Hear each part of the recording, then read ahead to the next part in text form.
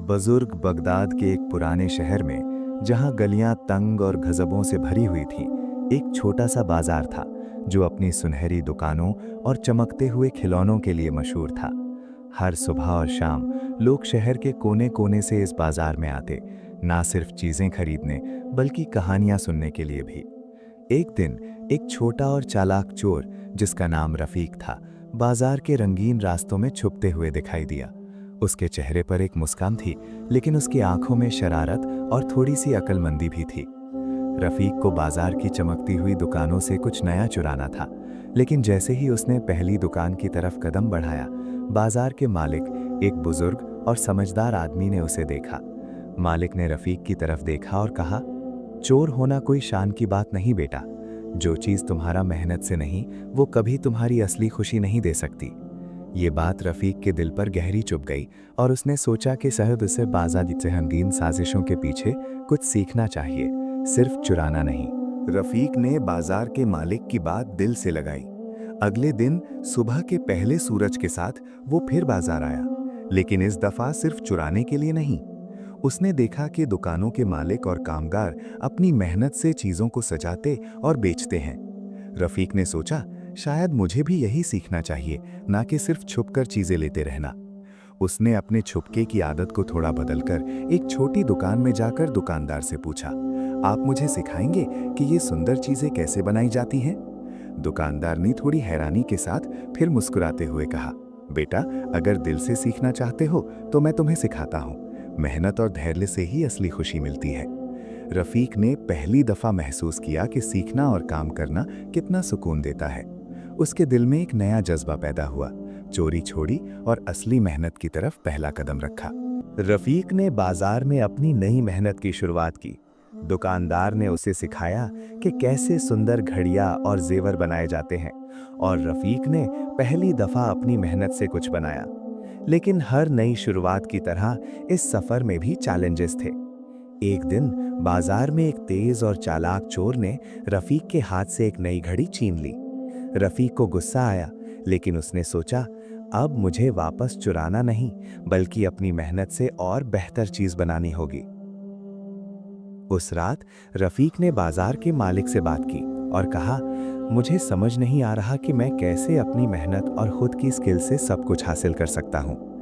मालिक ने मुस्कुराते हुए जवाब दिया, बेटा, असली इम्तिहान वही है जब मुश्किल समय में भी हम सच्चाई और मेहनत का साथ ना छोड़ें। हर हार एक नई सीख देती है। रफीक ने समझा कि चैलेंजेस और मुश्किलात ही इंसान को मजबूत बनाती हैं, और असली सफलता वही है जो मेहनत और सब्र से मिलती है। कुछ हफ्तों की मेहनत के बाद रफीक बाजार के छोटे से वर्कशॉप में अपनी पहली सुंदर घड़ी तैयार कर चुका था। इस बार कोई चोर नहीं था, कोई चोरी नहीं, सिर्फ उसकी अपनी मेहनत और हौसला।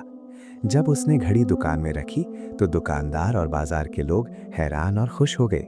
सब ने उसे शाबाशी दी और कहा, देखो, असली मेहनत का फल कितना मीठा होता है। रफीक ने पहली दफा महसूस किया कि असली खुशी चुराई हुई चीजों से नहीं, बल्कि अपनी मेहनत, ईमानदारी और सीखने की लगन से मिलती है। उसने बाजार के मालिक से कहा, आज मुझे समझ आया कि असली दौलत सिर्फ पैसा नहीं, बल्कि इज्जत, सीख और अपनी मेहनत का फल है। उस रात रफीक ने छत पर बैठकर पुराने बगदाद के सितारों को देखा और खुद से वादा किया, अब से मैं हमेशा अपनी मेहनत और सच्चाई का साथ नहीं छोड़ूंगा। असली खुशी और सफलता कभी चोरी से नहीं मिलती। मेहनत, सब्र और ईमानदारी के साथ जीना ही इंसान को असल इज्जत और सुकून देता है। उस रात जब रफीक ने सितारों को देखकर अपने दिल में वादा किया कि अब वो हमेशा मेहनत और सच्चाई का रास्ता अपनाएगा, तो उसे बिल्कुल अंदाजा नहीं था कि उसकी जिंदगी का एक और इम्तिहान उसका इंतजार कर रहा है। कुछ दिन बाद बगदाद के उस बाजार में एक अमीर ताजिर आया। उसका नाम हसन था। वो शहर शहर घूमकर कीमती घड़ियां और जेवर खरीदता था।